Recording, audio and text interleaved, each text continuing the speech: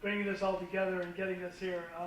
It's rare when you have friends that are very talented that you can spend time with and that you're comfortable enough with to say, let's open it up, take advantage of everybody's here, and really make this fun.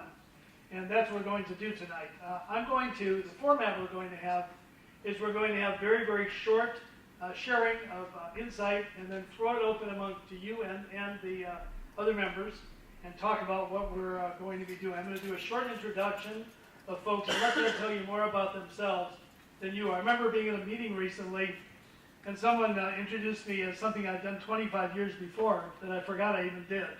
So rather than me guessing, we're going to do this. Right. Everybody come up and join me. That's you too, John.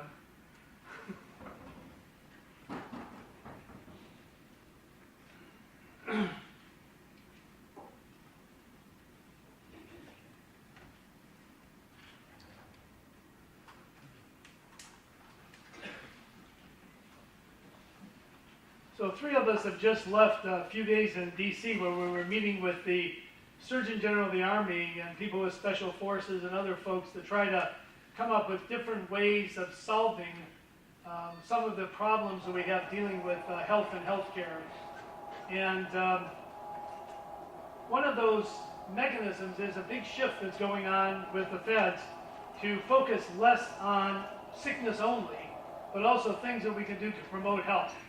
And as I've talked with many of you here, which represent such an eclectic group, it's very exciting to be with you.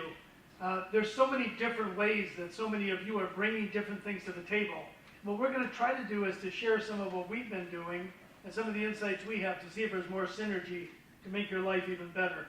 I've been working with a think tank in Washington that is across the military health system and working it around other sectors of government to shift the trajectory from healthcare to health focus and from patient to person. We'll be talking about that person because we're very concerned in this country that we spend so much on healthcare and people don't seem to be responsible for changing things.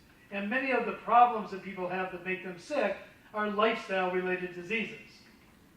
But at the same time, there are patients. And what are patients? There are people that are passive, people that are victims, people that are on unequal footing, people that are sick, and people that are vulnerable. And yet we're upset when they don't change. If we want them to change, we feel rather than having them have skin in the game, let's throw the whole person in the game. And that'll make a big difference and let people drive, not being concerned by being accountable, but self-determining their life and their trajectory. In terms of addressing some of that and what various components we have, I'm going to now introduce other folks. Clint has been, as you know, a leader in mobile and digital health solutions to try to give people tools where they can either know what they need to know about themselves, so as a person they can make more astute choices, or to give them the ability to have access to information in real time in a continuous and dynamic way, rather than those 2 visits a year that we go ahead and interact with our physicians. He's going to tell you more about himself as well, and then I'll introduce each person individually. Clint?